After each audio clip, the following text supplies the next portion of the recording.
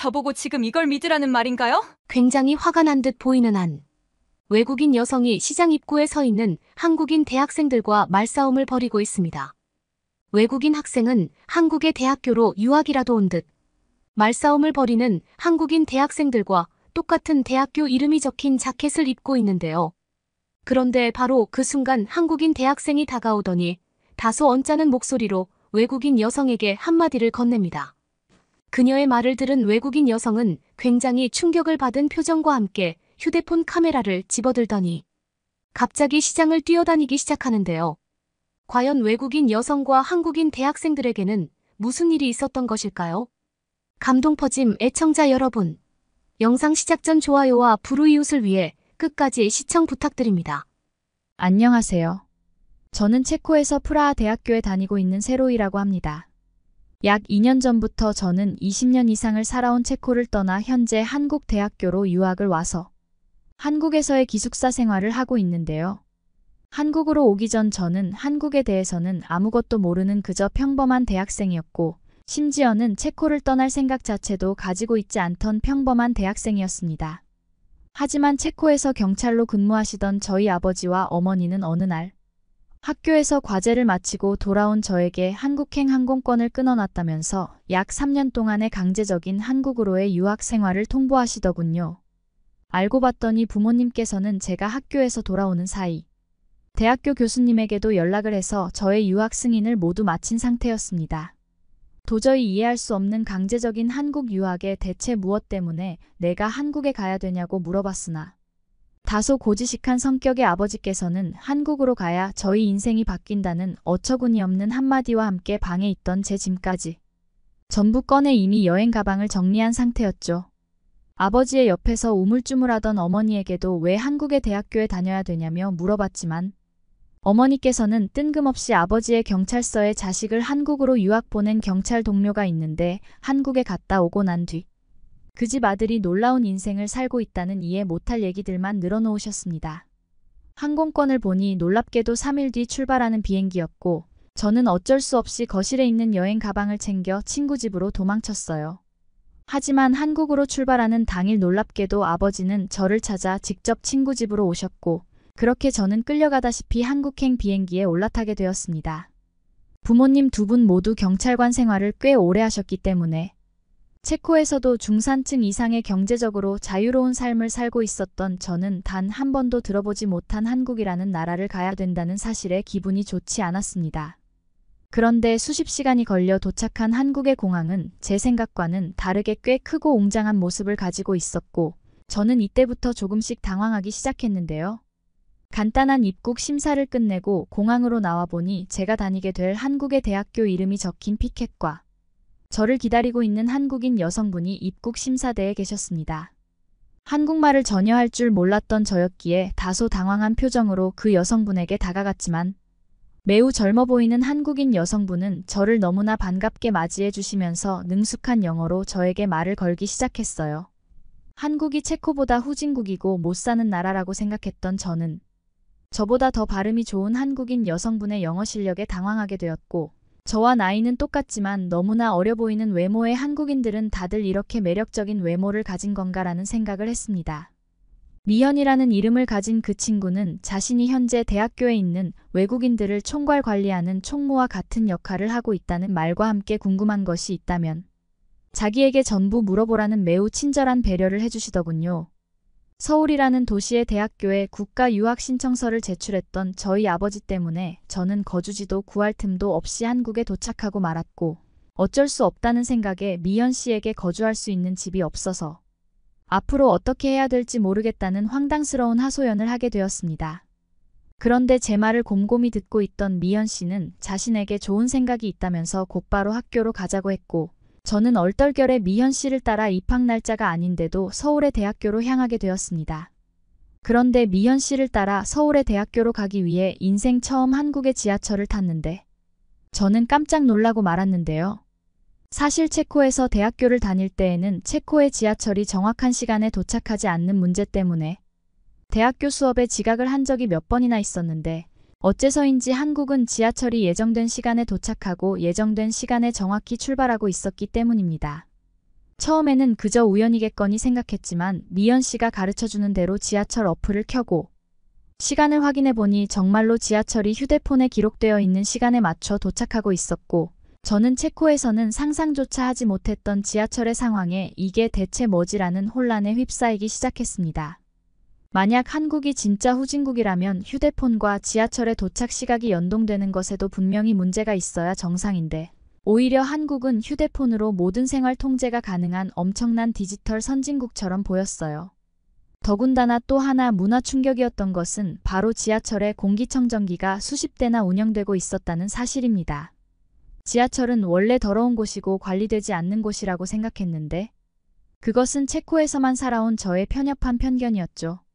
놀랍게도 한국은 지하철이 깨끗한 것은 물론 지하철 내부에 자리 잡고 있는 매우 비싼 공기 청정기 수십 대를 가동해 지하 내부의 공기마저 정화하고 있었고, 실제로 지하철 외부와 내부의 공기가 다르다는 것이 전혀 느껴지지 않았습니다. 미연 씨에게 한국은 언제부터 지하철에 공기청정기가 있었던 것이냐고 물어봤지만, 미연 씨는 10년도 더 된 일이라면서 정확하게는 모르겠다는 충격적인 대답을 해주더군요. 한국이라는 나라 자체가 제가 느낄 때에는 차가 필요 없을 정도로 교통이 발달되어 있었고, 체코에서 평생을 살아온 저에게는 어떻게 이런 나라가 존재하고 있었지라는 생각밖에 들지가 않았습니다. 그렇게 약 20분 정도의 시간이 흐른 뒤 미연 씨와 함께 지하철 밖으로 나온 저는 또 다른 충격을 받고 말았는데요. 놀랍게도 제가 다니게 될 대학교의 정문이 지하철 바로 앞에 자리 잡고 있었고, 체코와는 비교조차 되지 않는 크기를 자랑하고 있었기 때문입니다. 체코에서는 사실상 학교를 가기 위한 교통수단이 차가 아니라면 전부 먼 곳에 자리 잡고 있기 때문에 대학교 수업에 가는 것만으로도 체력이 소진되는데, 한국은 그저 시원하고 편안한 지하철을 타고 내리면 대학교 정문이 너무나 가깝게 자리하고 있었죠. 앞으로 3년 동안 다니게 될 학교였지만 이런 식으로 지하철만 타고 다닌다면 평생도 다닐 수 있겠다는 생각에 저는 체코에서의 생활은 모두 잊고 그만 한국이라는 나라의 매력에 하루 만에 빠지고 말았습니다. 미연 씨와 함께 대학교 안으로 들어가 저를 담당해줄 경제학 교수님과 간단히 유학과 관련된 대화를 나눈 뒤 미연 씨는 저에게 앞으로 이곳에서 생활하면 된다며 뜬금없이 한 건물 앞에 멈춰섰는데요. 저는 다소 당황스러운 마음에 아니 여기서 지내라니 그게 무슨 말이냐는 질문을 했고, 그러한 저의 모습에 미연 씨는 웃음을 터뜨리더니 이곳이 대학교의 기숙사라는 곳이라며 저를 끌고 안으로 들어갔습니다. 체코의 대학교에는 기숙사라는 시스템 자체가 아직까지 자리를 잡지 않아서 최상위 명문대를 제외하고는 기숙사라는 시스템 자체가 운영되지 않는데, 어째서인지 미연 씨는 한국에 있는 대부분의 대학교들이 평범한 기숙사를 운영하고 있다면서 그다지 놀랄 것 없다는 설명을 이어나가더군요. 하지만 제 눈앞에 펼쳐진 한국의 평범한 대학교 기숙사는 저를 혼란스럽게 만들고 말았습니다. 2년 전쯤 아주 잠깐 제가 다니고 있던 체코 대학교의 기숙사를 들어갔던 적이 있었는데, 그때 당시 건물 자체가 너무 낡은 것은 물론 세탁기와 샤워 시설까지 없는 것에 여기서 어떻게 지내지라는 생각을 했었지만, 한국의 기숙사는 체코의 기숙사와는 전혀 다른 상황이었습니다. 한국이라는 나라가 얼마나 부자인지 대학교 기숙사 내부에는 샤워 시설은 물론 학생들이 잘 수 있는 방까지 너무나 쾌적해서 제가 살고 있던 체코의 집보다 더 좋아 보였고, 기숙사 시설 내부에 편의점과 코인 세탁소까지 운영을 하고 있었죠. 너무나 놀라운 광경에 저는 미연 씨에게 이런 기숙사에서 살면 돈이 꽤 많이 필요하겠죠라는 질문을 했지만, 미연 씨는 학교에 다니는 재학생들에게는 굉장히 저렴한 비용의 기숙사를 제공하고 있고, 심지어 성적이 좋은 학생들은 무료로 기숙사를 사용할 수 있다는 믿지 못할 이야기들을 이어나갔습니다. 이렇게 비싸 보이는 기숙사에서 평생을 공부하면서 살 수 있다니 상상만 해도 놀라움의 연속이었고, 저는 체코와 너무나 반대되는 선진국 한국의 모습에 한국의 대학교에 다니는 학생들이 부러울 지경이었죠. 놀랍게도 제가 다니게 될 한국의 대학교에는 이러한 기숙사 시설이 3개의 건물로 구성되어 있었고, 저는 바로 그 순간 부모님께서 왜 저를 한국으로 강제 유학을 보냈는지 완전히 이해하게 되었습니다. 그런데 미연 씨와 함께 기숙사를 구경하고 있던 그때, 저와 같은 경제학과 한국인 학생들이 제가 왔다는 소식에 인사를 하러 찾아왔고, 갑자기 자신들과 함께 이번 과제를 진행하러 근처 시장에 가지 않겠냐는 제안을 하더군요. 대부분의 한국인 학생들은 저를 의식해서 그런 것인지 능숙한 영어로 저와 대화를 이어나갔고, 뜬금없이 시장에 가자는 제안에 조금 당황하기는 했지만 딱 해야 할 것도 없고 한국을 더 구경하고 싶었던 저는 미연 씨, 그리고 같은 경제학과 한국인 친구들과 함께 근처 시장으로 향했습니다. 시장을 가기 위한 길을 걸어가면서도 느낀 건 한국이 확실히 체코와는 다르게 길이 굉장히 잘 다듬어져 있고 근처 편의시설들이 너무나 편리하게 꾸려져 있었다는 사실이었죠. 이러한 나라에서 3년 동안 살아야 된다니. 갑자기 가슴이 벅차오르면서도 앞으로 어떻게 적응해야 되지라는 깊은 생각이 들기도 했습니다. 미연 씨와 친구들은 이번 경제학과 과제 주제가 시장과 관련된 것이라는 말과 함께 저를 이끌고 시장 안으로 들어갔고 저는 한국의 시장으로 들어간 순간 그만할 말을 잃고 말았는데요. 제가 생각했던 시장은 체코에서의 경험 때문인지 다소 청결하지 못한 부분이 많고 상품성이 좋지 않은 채소나 생선들이 놓여있는 광경이었는데 제 눈앞에 펼쳐진 한국의 시장은 체코와는 전혀 다른 모습을 보이고 있었습니다. 시장 전체의 건물은 통째로 인테리어라도 한 듯 굉장히 쾌적한 모습을 보이고 있었고 심지어 몇몇 한국인 시장 아주머니분들은 외국인인 저를 보더니 손짓을 하며 김치를 먹어보라는 다정한 모습까지 보이셨어요. 심지어 몇몇 한국인 아주머니분들은 대학생인 저와 친구들을 부르더니 무료로 김치와 파전을 직접 주셨고 저는 그 모습에 그만 기겁을 하고 말았습니다. 체코의 시장에서는 이처럼 따뜻하게 사람을 반겨주는 반응은 전혀 없을 뿐더러 조금이라도 오래 구경하고 있으면 지금 채소를 훔쳐가려고 계속 보고 있냐면서 도둑으로 몰아가기 바쁜데 한국의 시장 상인분들은 구경을 하고 있어도 오히려 너무나 친절하게 저희를 맞이해 주셨죠. 그저 팔고 있는 음식을 구경하거나 살피기만 해도 도둑으로 몰리는 일은 없었고 저와 친구들이 대학생이라는 이유만으로 맛있는 음식을 서비스로 주시기까지 했습니다. 당연히 저와 같은 과에 다니는 한국인 친구들 또한 나중에 간식으로 먹자며 음식을 서비스로 준 시장 상인분에게 파전과 떡볶이와 같은 맛있는 간식들을 구매했고 저는 그 모습을 보면서 괜스레 마음이 따뜻해졌죠. 체코에서는 대부분의 국민들이 너무나 개인주의적인 성향이 강해 이러한 모습을 상상조차 하기 힘든다. 한국에서는 어디를 가나 따뜻하게 저희를 반겨주시는 것은 물론 시장 상인분들이 바쁘게 움직이는 모습 또한 한국인들의 열정처럼 느껴져서 너무나 좋았습니다. 저는 이렇게 살기 좋은 도시 인프라에 사람들의 따뜻함까지 더해진 한국의 매력에 완전히 빠지게 되었고 곧바로 부모님에게도 한국의 시장 사진과 앞으로 제가 지내게 될 기숙사의 사진들을 보내드렸습니다. 평소 말수가 없으시던 아버지 또한 자신이 원했던 게 바로 이러한 나라에서의 삶이었다며 저보다 더 기뻐하셨고 한국으로 자식들을 유학 보냈다는 친구들의 말을 듣고 저를 한국에 보냈다는 말과 함께 지금이라도 한국으로 유학을 가서 다행이라며 너무나 기뻐하셨습니다.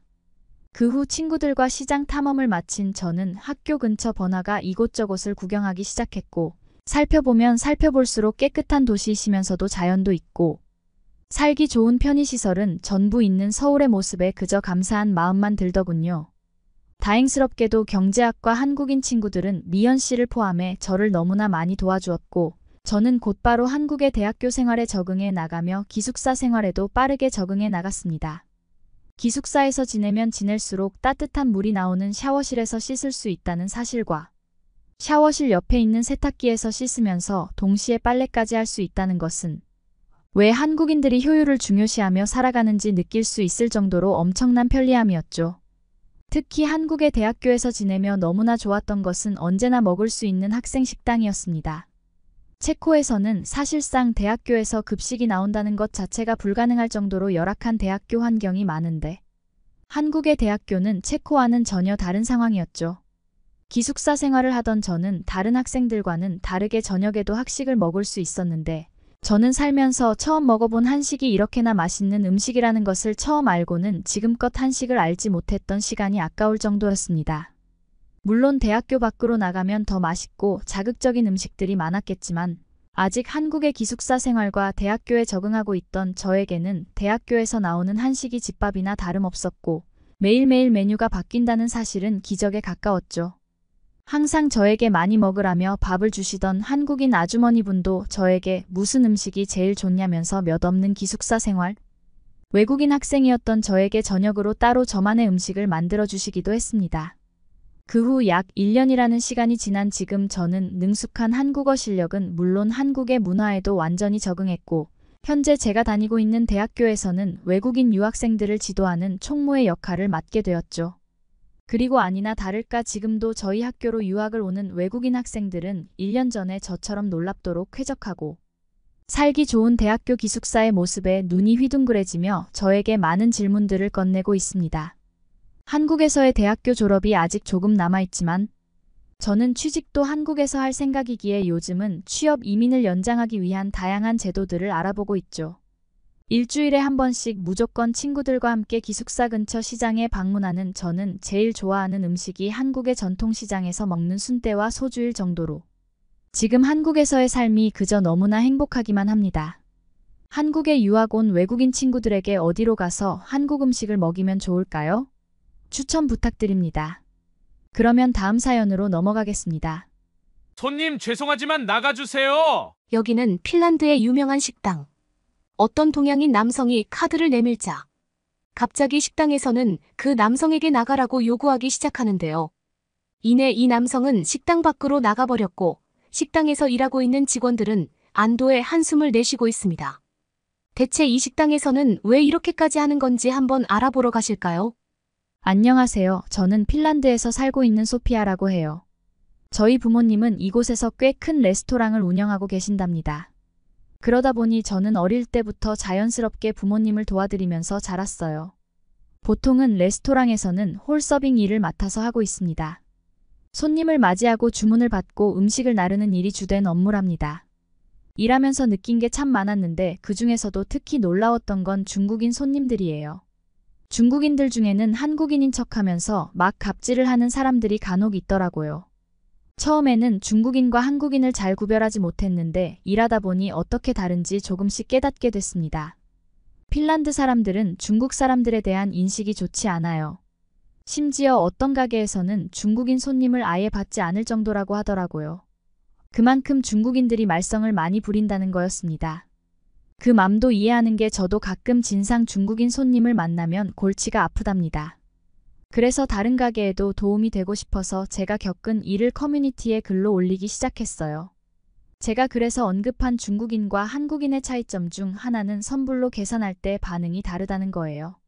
한국인들은 선불이라고 얘기하면 계산대로 직접 와서 계산을 하려고 하는데 중국인들은 자리에서 꿈쩍하지 않고 종업원을 불러서 자기 자리에서 계산하려고 하거든요. 또 메뉴판을 건네받을 때도 달라요. 중국인들은 자리에 앉자마자 바로 종업원을 불러서 메뉴를 고르는데 한국인들은 종업원이 옆에 서 있으면 부담스러워하면서 메뉴를 빨리 정하거나 좀 더 시간이 필요하면 나중에 다시 부르겠다고 하더라고요.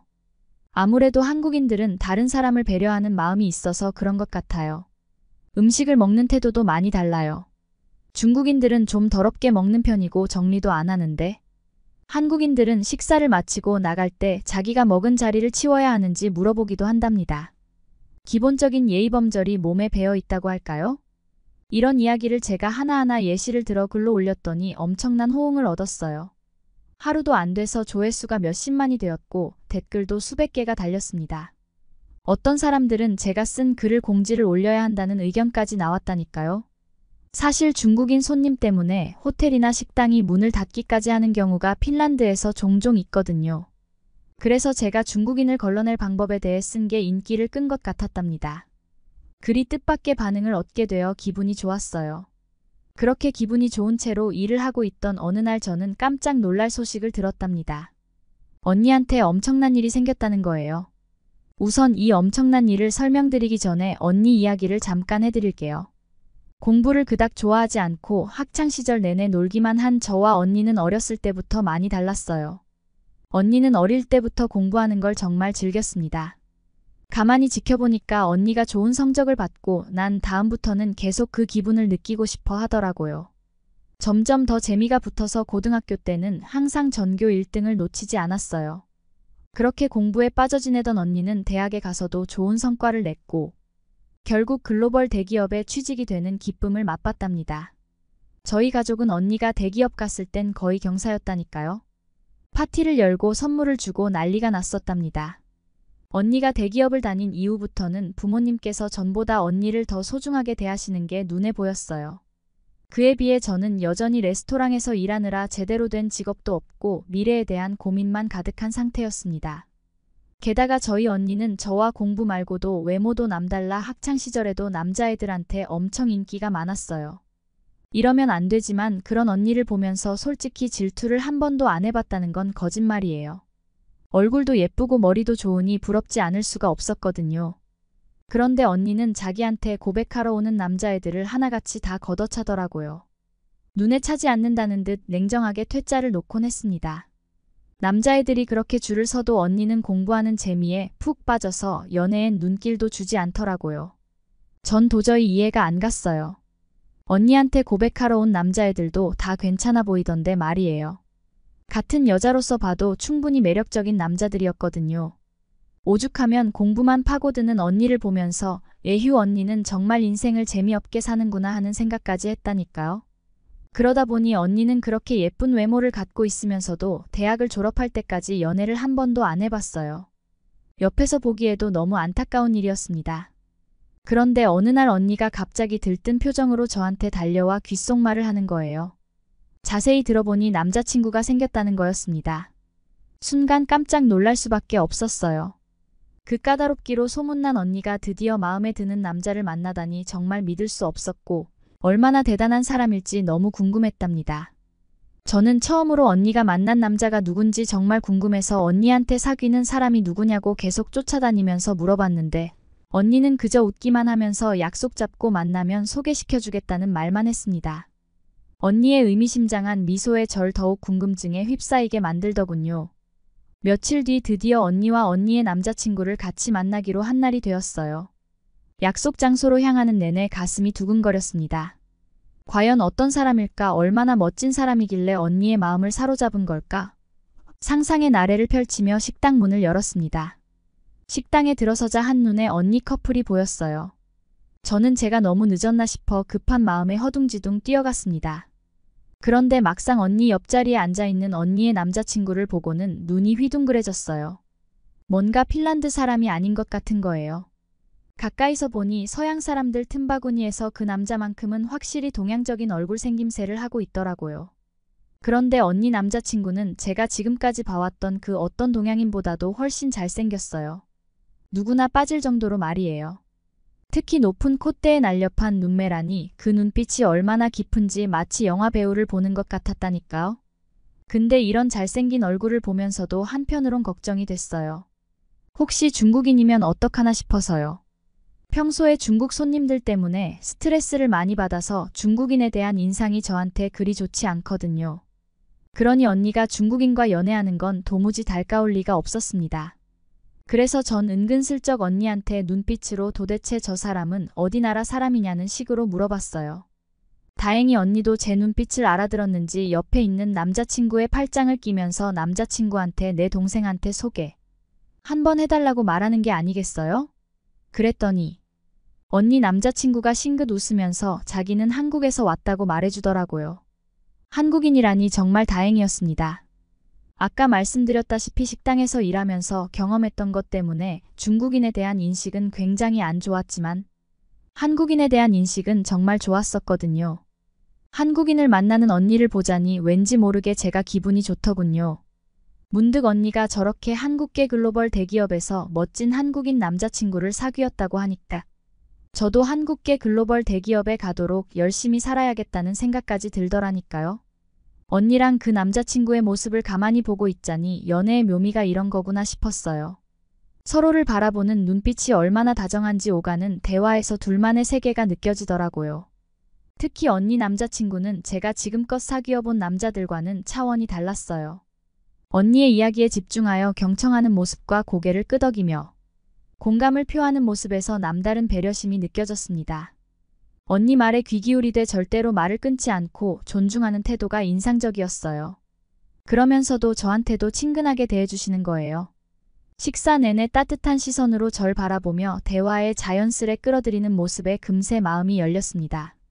저 또한 농담을 주고받으며 즐겁게 소통할 수 있었답니다.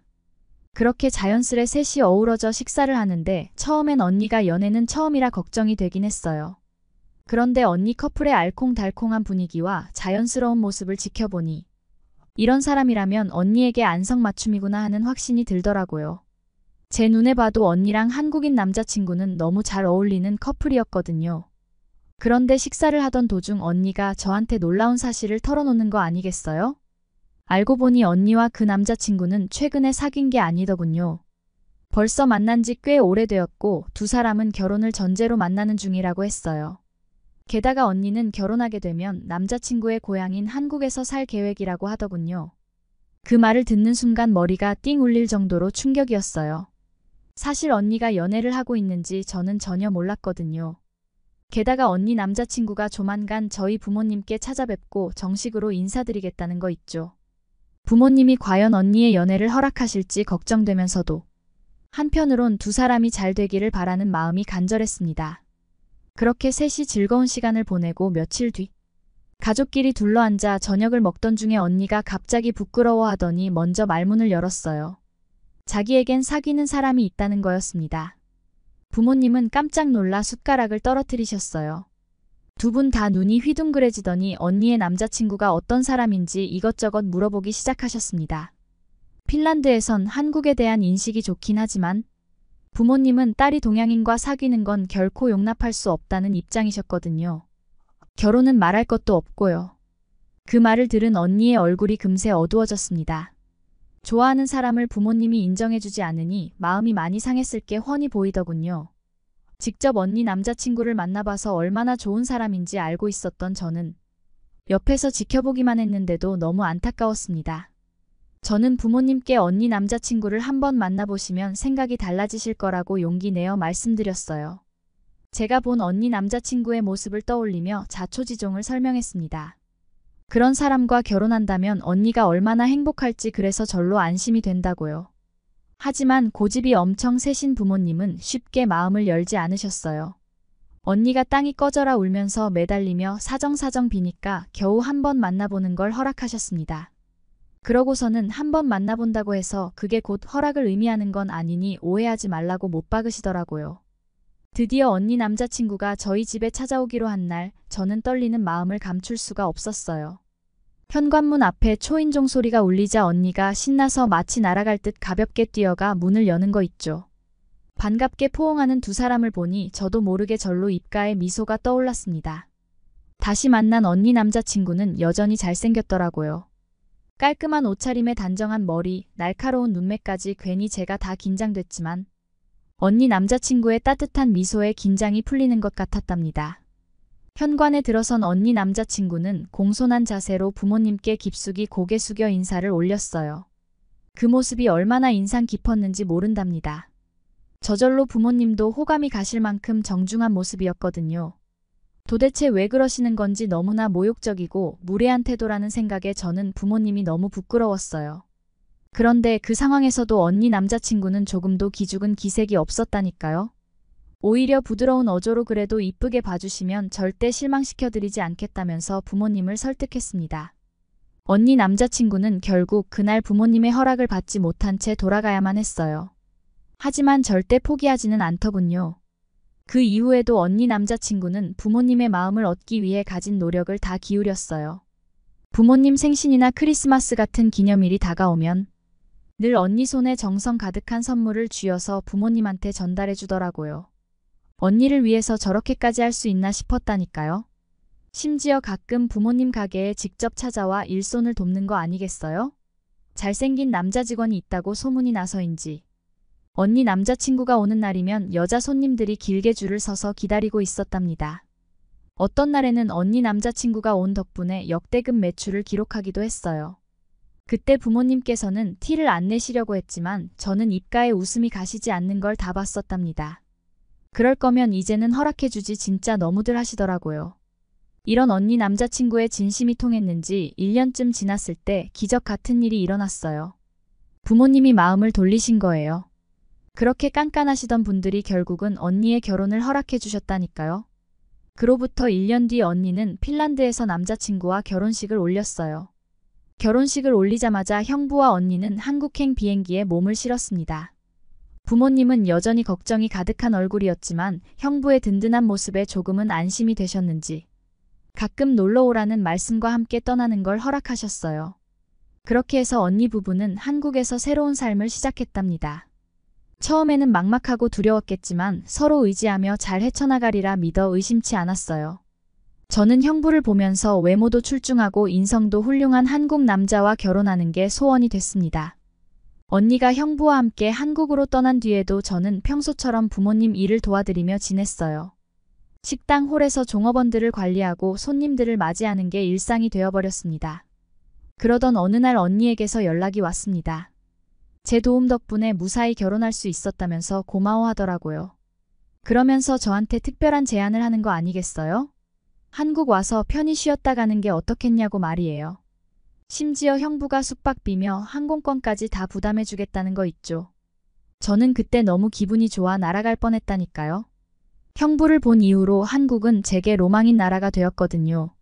제가 고민도 안 하고 당장 달려가고 싶다고 말을 하자 언니는 곧장 저의 여행 일정을 물었어요. 언제부터 며칠 동안 시간을 낼 수 있는지 구체적으로 알려달라더군요. 그래서 제가 일정을 말해줬는데 언니는 바로 항공권을 예매해버리는 거 아니겠어요? 순식간에 일을 처리하는 언니의 모습에 저도 모르게 감탄이 나왔답니다. 한국 가더니 그 사이에 한국 사람이 다 되어버린 건지 아주 빨라졌다는 생각이 들더군요. 그렇게 저는 한국행 비행기를 탔고 한국에 도착해보니 형부 덕분에 여행이 정말 편했어요. 그리고 언니 부부의 신혼집이 있는 아파트 단지에 도착했어요. 저는 언니의 신혼집이 핀란드에 있는 아파트처럼 생겼을 거라고 막연히 생각하고 있었습니다. 그런데 막상 눈앞에 펼쳐진 광경을 보고 깜짝 놀랄 수밖에 없었어요.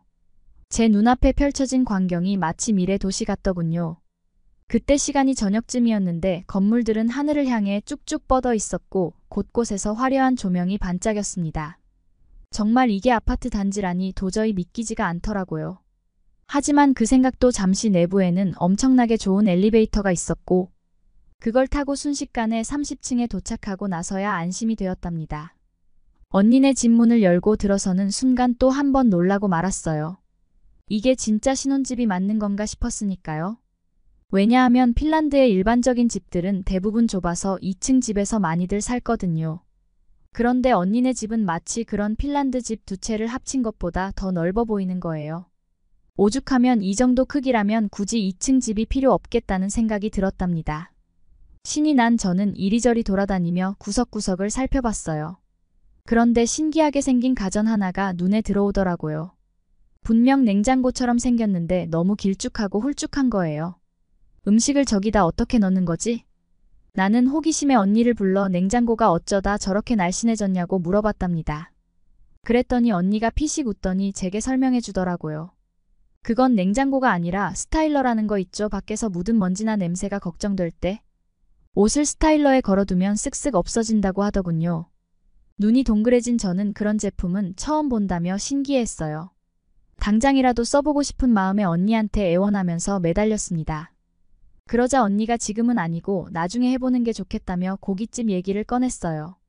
어차피 지금 외식하러 갈 건데 그때 가서 입었던 옷 냄새 좀 없애보라는 거였습니다. 한국에 와서 핀란드보다 더 넓고 쾌적한 집에서 언니가 행복하게 살고 있다는 사실이 얼마나 다행인지 몰라요. 저녁때가 되자 형부가 한국에 왔으니 대표적인 한식으로 유명한 한우를 먹어보자는 거 있죠. 그것도 코리안 바비큐 스타일로 말이에요. 안 그래도 저는 유튜브로 코리안 바비큐 영상을 본 적이 있어서 한번 먹어보고 싶었는데 잘 됐더라고요.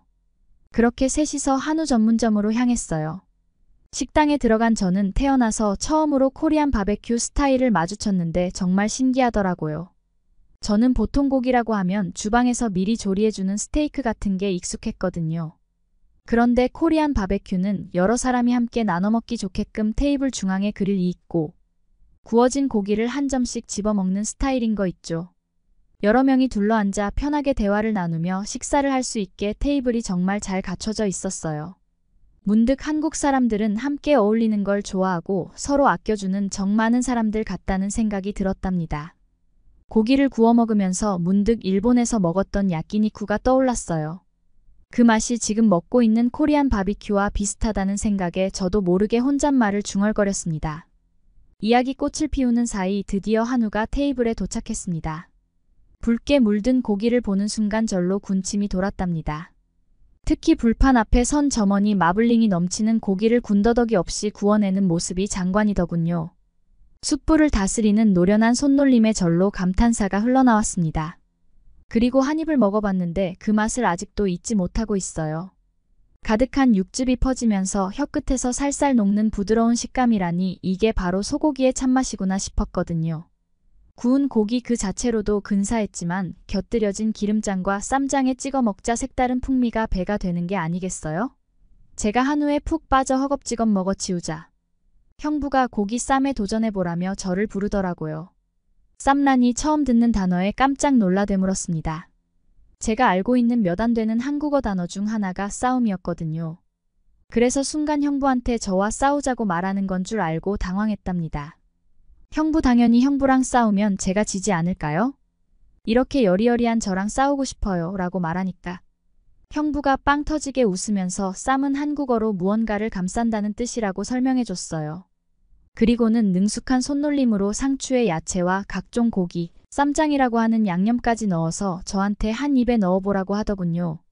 마치 초록색 봉투처럼 둥글게 뭉쳐진 쌈을 보고 전 당황할 수밖에 없었습니다. 이렇게 큰 걸 어떻게 입에 넣나 싶었거든요. 제가 막 당황하니까 옆에서 언니가 한번 도전하라면서 응원하는 거 있죠. 언니의 응원에 용기를 내어 쌈을 한 입에 털어넣자 언니와 형부가 잘했다면서 박수를 막 치더군요. 그런데 태어나서 한국의 쌈을 처음 먹어본 저는 깜짝 놀랄 수밖에 없었어요. 감탄이 절로 나올 정도로 환상적인 맛이었거든요. 육즙이 팡팡 터지는 부드러운 살코기와 아삭아삭 씹히는 채. 고소하고 짭조름한 쌈장이 어우러져서 마치 입안에서 맛이 폭발하는 것 같았다니까요. 그렇게 쌈에 빠져버린 저는 형부에게 쌈 싸는 법을 배워서 몇 번이나 쌈을 더 싸서 먹었어요. 정신없이 한우를 먹고 숙소로 복귀해 잠이 든 후 다음날 신나는 여행을 마치고 핀란드에 돌아왔지만 해결되지 않는 고민거리가 생겼어요. 저희 가게에 중국인들이 워낙 진상을 많이 부리다 보니 부모님께서 엄청 힘들어 하셨거든요. 결국 저희는 긴 논의 끝에 현금 대신 카드만 받기로 했고 중국의 카드사는 지원하지 않기로 했어요. 그리고 카드에 적힌 이름을 보기 위해 선불제로 바꾸기로 했답니다. 이렇게까지 하니까 그제서야 중국인 손님이 눈에 띄게 줄더군요. 아마 중국인들 사이에서 소문이 난 모양이던데 상관없었어요. 어차피 저희가 바라던 바였으니까요. 중국인들이 안 오다 보니 저희 식당에 어느샌가 한국인 손님들이 많이 늘었는데 가끔씩 호감이 가는 손님들이 계셔서 정말 고민이에요. 그래서 그러는데 이런 손님들한테 부담스럽지 않게 말을 거는 좋은 방법이 있을까요? 추천해 주시면 감사하겠습니다. 그러면 다음 사연으로 넘어가겠습니다.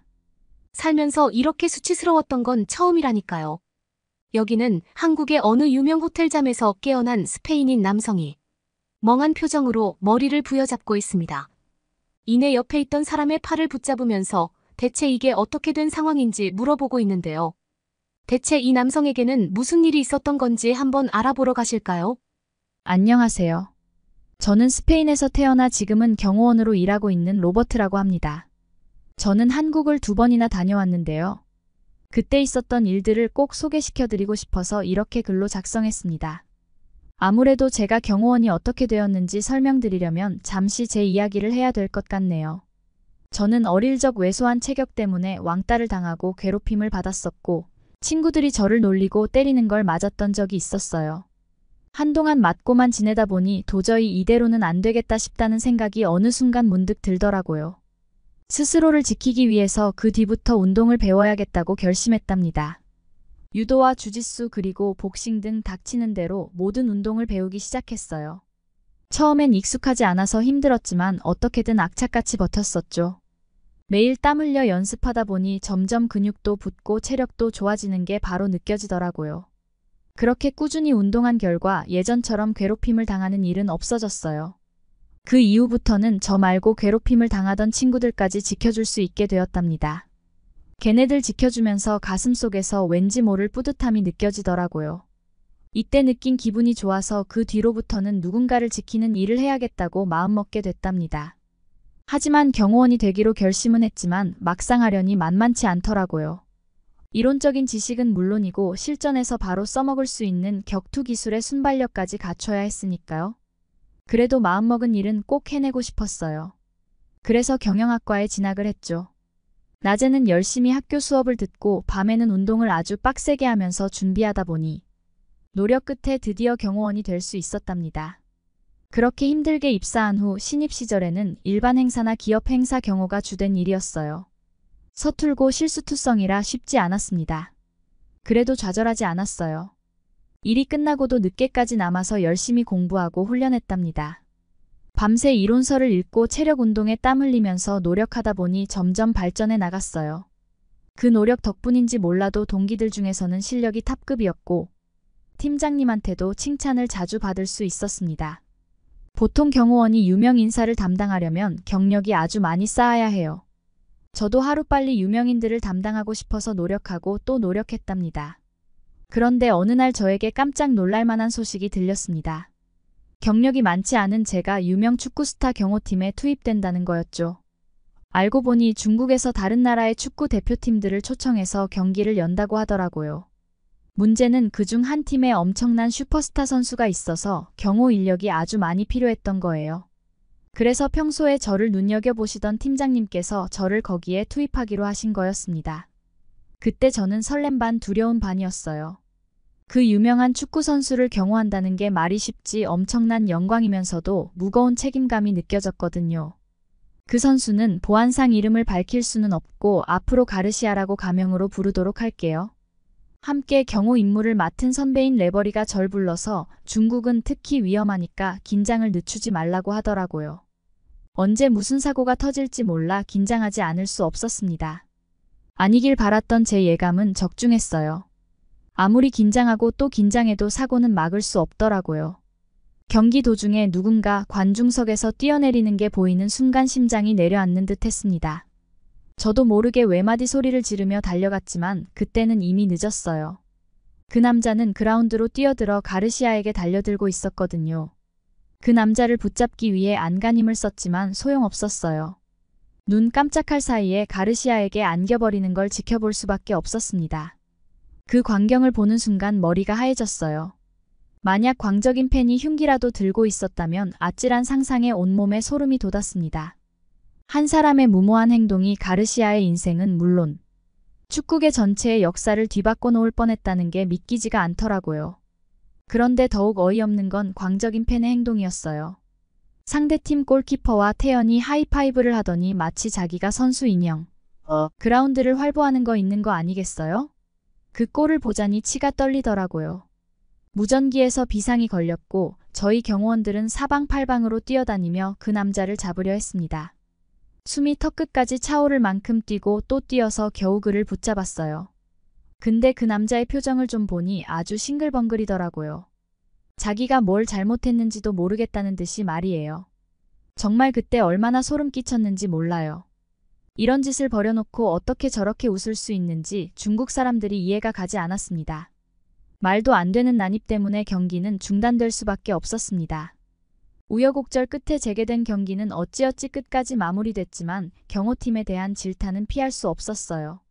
이런 정신 나간 짓거리를 보고 있자니 정말 중국하고는 일절관계 맺기가 싫다는 생각뿐이더라고요.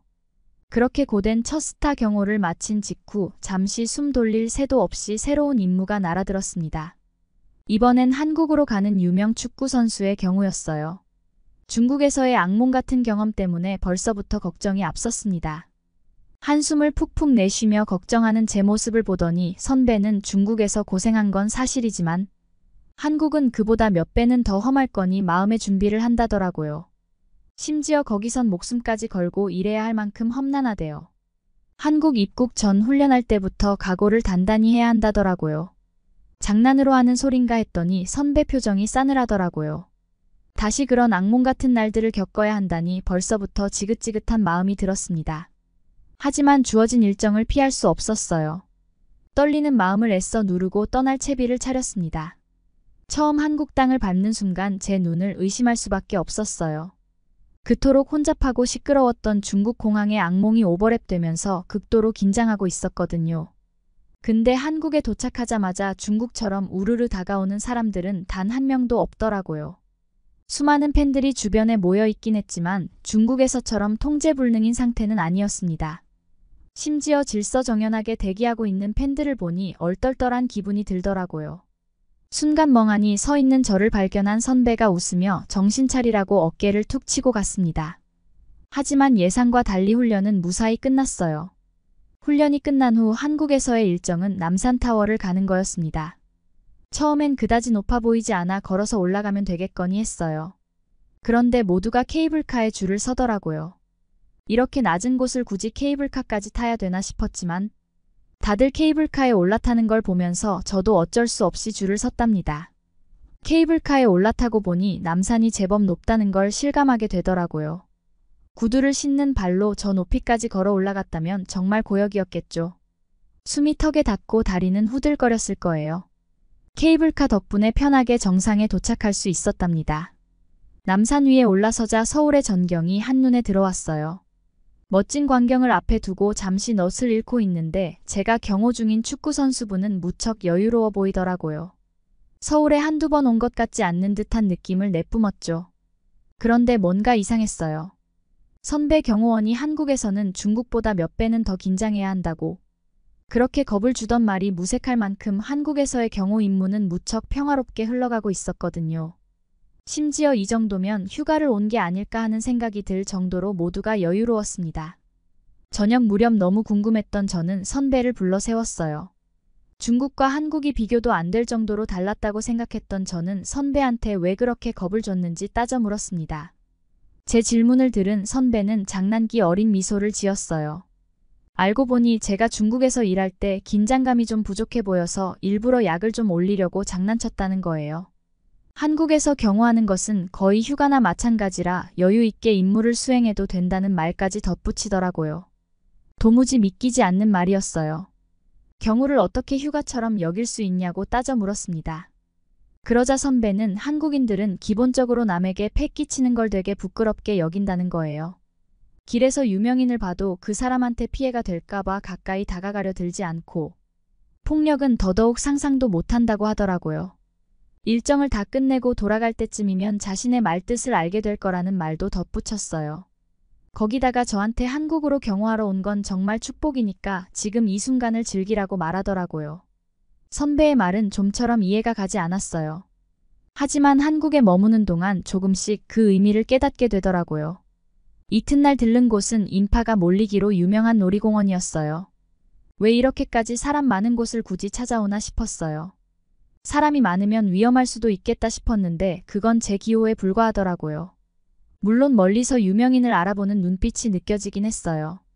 하지만 무례하게 가까이 오거나 부적절한 행동을 하는 사람들은 단 한 명도 없었습니다. 오히려 매너 있는 한국 사람들 덕분에 여유가 생겨서 놀이공원을 구경할 틈이 생기더라고요. 구경할 것도 많고 탈 것도 많아서 어느새 즐기고 있는 제 모습을 발견하고는 스스로가 민망해지더라고요. 즐거워하는 제 모습을 눈치챘는지 축구 선수분이 추러스와 아이스크림을 사서 돌리면서 편하게 즐기자고 말씀하시는 거예요. 축구 선수분의 얼굴에선 여유로운 미소가 떠나질 않았습니다. 간혹 선수분을 알아보는 이들이 있었지만 중국에서처럼 우르르 몰려들거나 선을 넘는 행동은 없었어요. 대신 멀찍이 서서 용기를 내어 사인을 부탁하더라고요. 얌전하게 줄을 서서 차례를 기다리는 모습에 왠지 모르게 괜히 기분이 좋아서 입꼬리까지 올라갔어요. 선수분은 매너 좋은 한국인들한테 오히려 먼저 다가가 사인과 사진 촬영 요청에 바로 응해주더라고요. 팬들과 함께 웃고 떠드는 모습에서 여유가 느껴졌습니다. 짧은 일정이었지만 한국이 요즘 유명인들 사이에서 필수 코스로 떠오른 이유를 알 것 같았어요. 질서정연한 거리와 성숙한 시민의식, 그리고 잘 갖춰진 취향까지 오지 않을 이유가 없었거든요. 한국에서의 경호 임무는 무사히 마무리됐어요. 처음 왔을 때의 걱정과 달리 단 한 차례의 돌발 상황이나 위협적인 상황도 없었습니다. 마지막까지 조용하고 평화로웠어요. 정말 선배 말처럼 휴가를 다녀온 거나 다름없었답니다. 몇 년이 흘러 정말 오랜만에 기다리던 휴가를 맞이하게 되었어요. 고향인 스페인으로 돌아가 오랜만에 가족들 얼굴도 보고 친구들 좀 볼까 생각했지만 지난번에 경호 임무로 잠깐 들렀던 한국이 자꾸 머릿속을 맴돌더라고요. 그때는 일정이 빡빡해서 제대로 구경할 겨를이 없었거든요. 레버리 선배한테 이번 여행 계획을 말했더니 자기도 딱 휴가를 한국으로 갈까 고민했다면서 자신과 함께 가자고 제안하더라고요. 알고 보니 예전부터 한국에서 경호 임무를 여러 번 해서 맛집부터 명소까지 꿰뚫고 있다는 거예요. 거기다가 한국어도 나름 공부해서 얼추할 수 있다니 괜히 든든해지더라고요. 그렇게 저희는 일정을 조율해서 둘이 한국행을 확정지었습니다. 한국으로 가는 당일 설레는 마음으로 비행기에 올랐어요. 지난번 출장 때는 공항에서 분주하게 짐을 찾고 차에 오르느라 주변을 둘러볼 새가 없었거든요. 이번엔 시간적 여유가 있으니 공항 구경도 실컷 했습니다. 붐비는 인파 속에서도 질서정연하게 이동하는 모습에 감탄이 절로 나오더라고요. 서울로 가는 길에는 택시를 탈까 하다가 결국에는 지하철을 타기로 했어요.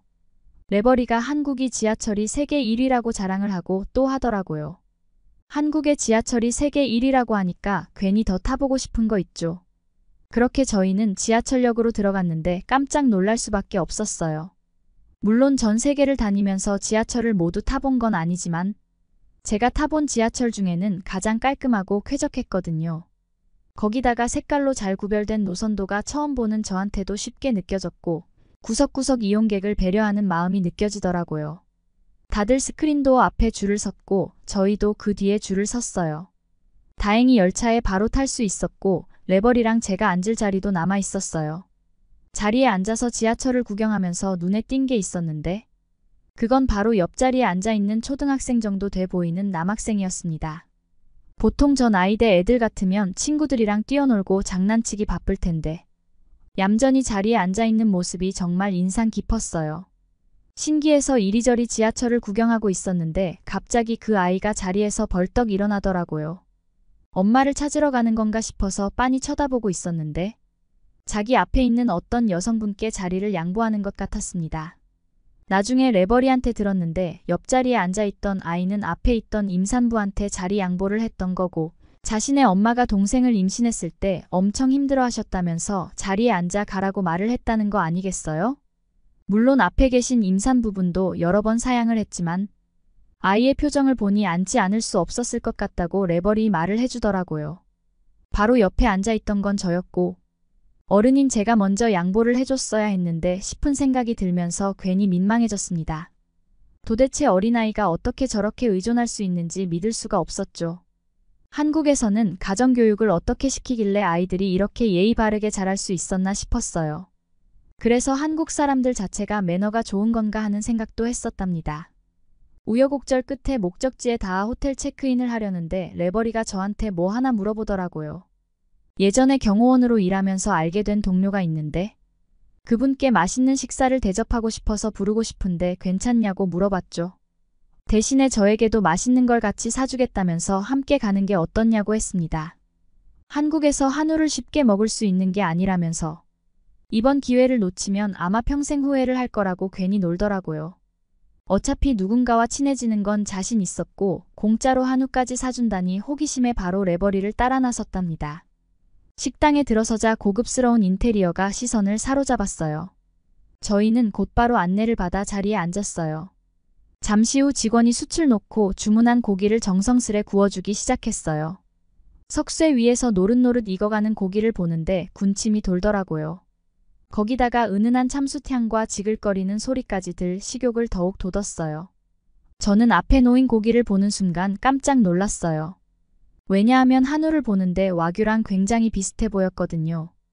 와규는 얇게 저민 붉은 살코기의 하얀 선이 특징인데 구워지는 한우의 모양새를 보니 와규와 너무나 닮아 있었습니다. 저는 너무 궁금해서 레버리한테 지금 주문한 게 한우가 아니라 와규 아니냐고 물어봤답니다.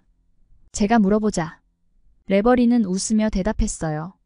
와규랑 한우는 생김새가 비슷해도 맛은 완전히 다르다고 했습니다. 레버리도 예전에 와규를 먹어봤는데 느끼하고 먹다 보면 물린다고 하더라고요. 반면 한우는 가격도 와규보다 훨씬 부담이 적으면서 부드러운 식감과 고소한 풍미는 차원이 다르대요.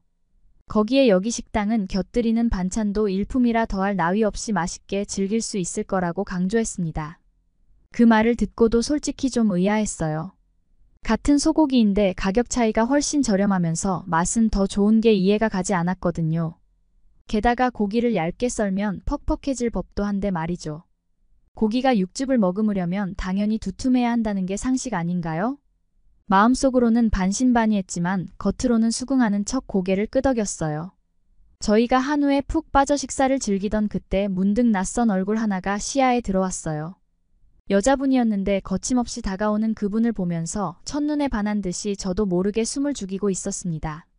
저희 테이블에 가까이 오는 것을 보니 아까 레버리가 말한 지인이 아닐까 생각이 바로 들더라고요. 아담하고 오밀조밀한 얼굴에 또렷한 이목구비에 다부진 몸매까지 모든 게 완벽한 비율로 어우러진 듯 했어요. 분명 운동으로 단련한 탄력 있는 몸매가 분명했습니다. 환하게 웃는 모습이 그렇게 사랑스러울 수가 없었어요. 눈이 마주친 순간 온몸에 피가 얼굴로 솟구치는 느낌이었습니다. 괜히 민망해서 저도 모르게 얼굴이 빨개졌나 싶더군요. 레버리는 그녀가 오자마자 재빨리 옆자리를 비켜주더니 저를 향해 그 여자분을 소개했어요. 여자분의 이름은 김수지였는데 이름부터가 참 인상적이었습니다. 수지 씨가 자리에 앉아 은은한 샴푸 향이 느껴졌어요. 그 향기를 맡는 순간 심장이 두근거리기 시작했습니다. 식사 내내 한우집 직원들은 한우를 구워줬는데 매우 심혈을 기울이더군요. 고기를 한 점 한 점 정성스레 구워내는 모습이 인상 깊었습니다. 곁들이는 음식과의 환상궁합까지 일러주면서 이것저것 맛보라고 권하더라고요. 그런데 수지 씨가 뜬금없이 고기를 쌈에 싸서 제 입에 넣어주려고 하는 게 아니겠어요? 생각보다 큰 쌈 뭉치를 보고 너무 커서 머뭇거렸지만 정성껏 만들어서 건넨 걸 외면할 수 없어서 조심스럽게 입에 넣었어요. 은은한 마늘향과 짭조름한 양념 맛이 입안 가득 퍼지는 육즙과 함께 은근히 맛있는 조화를 이루더라고요. 생각보다 정말 맛있어서 엄지를 척 들어올리면서 어떻게 이렇게 맛있을 수 있는 거냐고 물었습니다. 그 모습을 지켜보던 씨가 반갑게 웃으면서 그렇게 맛있냐고 묻더라고요. 식사가 거의 끝날 무렵 씨가 불쑥 소주 한 병을 주문하는 거예요. 쌈에는 소주 한 잔을 해야지 고기를 제대로 먹는 거라고 설명해 주더라고요. 진짜 환상의 조합이라며 같이 한 잔만 마셔보라며 절 부추기듯 말했습니다. 사실 그렇게 자꾸 열린 최고의 여성이 술을 마신다는 게 걱정되긴 했어요. 괜히 취해서 쓰러지는 건 아닐까 걱정이 되었거든요. 제 걱정을 입 밖으로 꺼내자 수지 씨는 갑자기 도전의식을 불태우며 저한테 술 얘기를 하자고 했어요. 이긴 사람이 소원을 들어준다는 조건을 걸고서 말이에요. 아무래도 몸을 쓰는 일을 하다 보니 술자리는 일상이나 다름없었지만 단 한 번도 술에 취해본 적이 없었거든요. 거기다가 한국 술은 외국에서 먹는 위스키나 양주보다 도수도 훨씬 낮을 테니 제가 내기를 질 경우는 거의 0%라고 생각했죠. 사실 저보다 작은 사람이랑 굳이 내기를 하진 않지만 소원이라는 조건에 꽂혀 수지 씨의 내기를 받아들였습니다. 오랜만에 즐기는 술자리에 들떠서 잔을 기울였어요. 손바닥만한 잔이 제 앞에 놓이는데 이렇게 조그마한 잔으로 마셔서 언제 취할까 싶었습니다. 내기는 제가 압승이라는 확신이 들었죠. 하지만 눈을 떴을 땐 저는 침대에 대자로 누워 있었고 기억이라고는 단 한순간도 떠오르지 않더라고요. 얼떨결에 옆에 있던 레버리를 붙잡고 어젯밤 일을 물었습니다. 그러자 레버리는 저를 업고 오느라 죽는 줄 알았다더군요. 그러면서 껄껄 웃으면서 한국에는 작은 고추가 맵다라는 속담이 있다고 알려줬습니다. 그리고 수지 씨에 대해서 좀 더 자세히 말을 해줬는데 수지 씨는 작은 체격과 다르게 아무도 술을 한 번도 이기지 못한 주장이라고 하더군요. 생각지도 못한 말에 믿기지 않았죠. 이어서 레버리는 수지 씨가 저희 회사 출신 경호원 중에서도 경호 실력뿐만 아니라 술을 마시는 실력까지도 최고였다고 하는 게 아니겠어요. 그렇게 수지 씨에게 술 내기로 진 걸 깨달은 순간 너무 부끄러워서 온몸에 소름이 돋았어요. 진짜 수치스러워서 땅속으로 꺼져버리고 싶은 심정이었습니다. 고개를 도저히 못 들고 다니겠더라고요. 하지만 내기는 지켜야 하니 머뭇거리다 용기를 내어 레버리에게 수지 씨 연락처를 물어봤어요. 수지 씨에게 연락을 해야 되는 심정이 많이 혼란스러웠습니다. 떨리는 손으로 문자를 작성했어요. 쪽팔려서 떨리는 건지 부끄러워서 떨리는 건지 그 순간에는 정말 알 수 없었죠. 수지 씨에게는 어제 술 내기를 했던 사람인데 내기에 졌으니 소원이 뭐냐고 조심스럽게 물었습니다. 수지 씨에겐 어떤 소원을 들어줘야 하나?